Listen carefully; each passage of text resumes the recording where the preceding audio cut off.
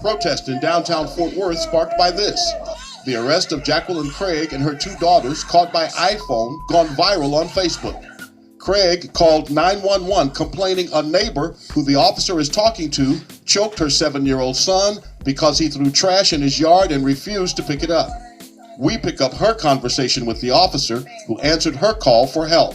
My son is 7 years old. You don't have the right to grab him, choke him behind no paper that he threw. What you should have done, because we have been living here for years, so you know that my house is a door in between yours. You could have came to me. Don't put your hands on my son. Indeed. Why did you get your son off the litter? I didn't. He can't prove to me that my son littered, but it doesn't matter if So he the did white or he. dude It doesn't give him the right to put his hands on it. choked the little black boy. Craig's voice raises as the officer begins his questions about her son, including why she doesn't teach him not to litter. Because you just pissed me off telling me what I teach my kids and what I don't. Craig's 15-year-old daughter tries to push her mother back. She's pushed away. Other kids run up and are pushed. Craig, taken to the ground, taser on her back, then pointed at the daughter. People are cursing the officer. Craig, the 15-year-old, and the 19-year-old behind the cell phone camera are all arrested. Craig's charged with resisting arrest or transport and failure to identify as a fugitive. She had outstanding traffic warrants. Her 19-year-old daughter, Breer Hyman, charged with resisting and interfering with public duties. When I look at that video, you really don't know why she was arrested. Dr. Robert Taylor teaches criminology and policing at University of Texas at Dallas.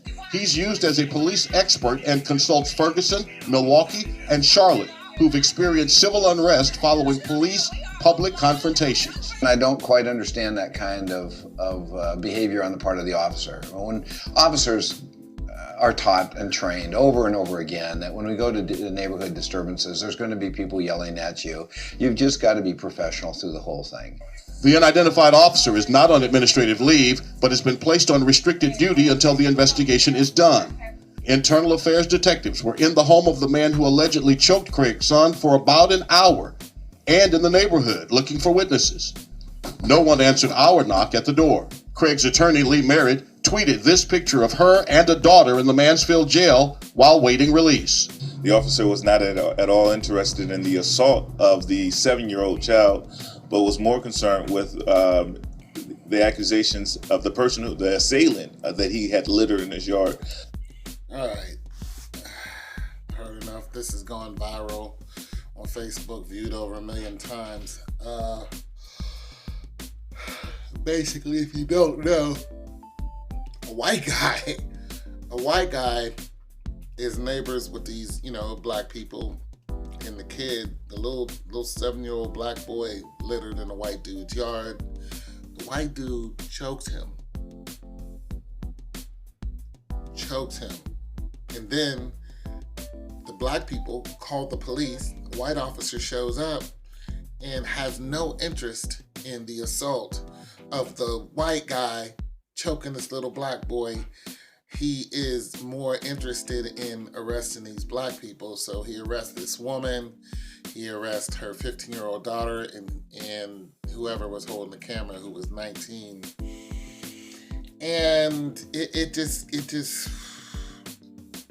goes to show that no matter how much protesting we do, no matter who's in office, who's president, no matter all of the hands up, don't shoot, no matter what we do, there are still racist police out there. And that's just the facts. That's just the all-out facts. There are still police officers who do not view us as human. They view us as subhuman. They view us as you're going to jail so we can make money off of you to keep our pockets padded. They view us as slaves. They don't view us as citizens whatsoever. And it's just not going to stop. It's not going to stop until Christ comes back. It's not. As long as these people are in positions of power, they're just going to do what they want to do. Shoot, they arrested a man in New York and put him in a bag, his whole body in a bag, living, breathing, in front of everybody in New York, in a bag, tied tied him up, hands behind his back, in a bag. If that doesn't tell you how they treat black people as subhuman or inhuman, then you just don't have a clue. I don't want to hear nobody complaining about black people complaining when they're putting us in bags. They put him in a bag in broad daylight in front of everybody.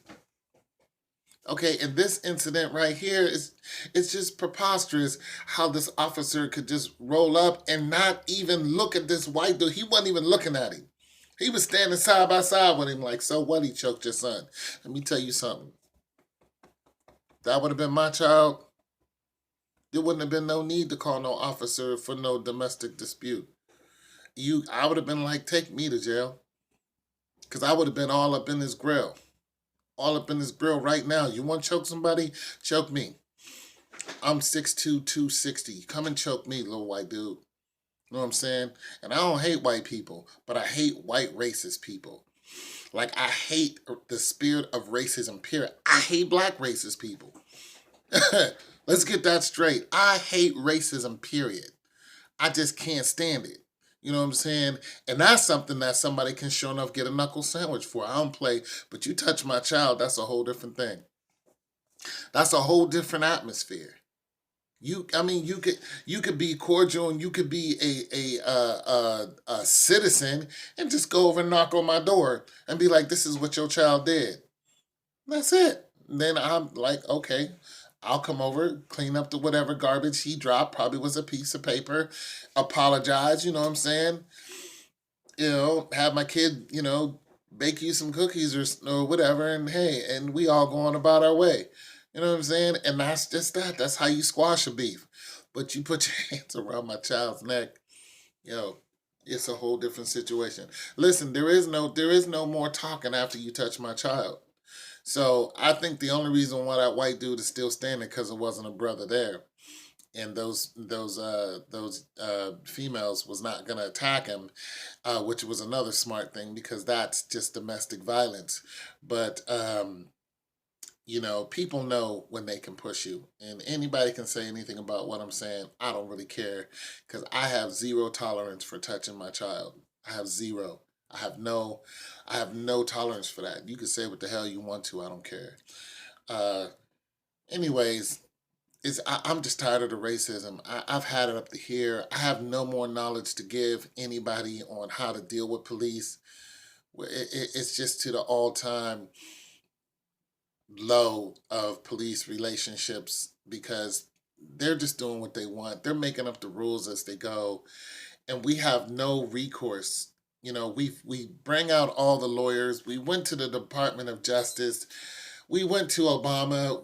There's still, you know, 700 of us died this year alone. 900 of us died by police brutality last year.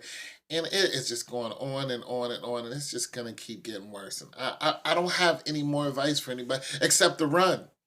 Don't call the cops if you don't have to. Don't call them, because this happens all the time. We call the cops, we go to jail. If you can, run. Run. Get away from the police. If you can handle a domestic dispute, handle it without the police, because it's going to go all bad for you. It is. They're just making it up. The judges are making up rules as they want to. It's just bad for us. It's bad. It's going to be like this until Christ comes back. I'm sorry. It's your boy Tone 202.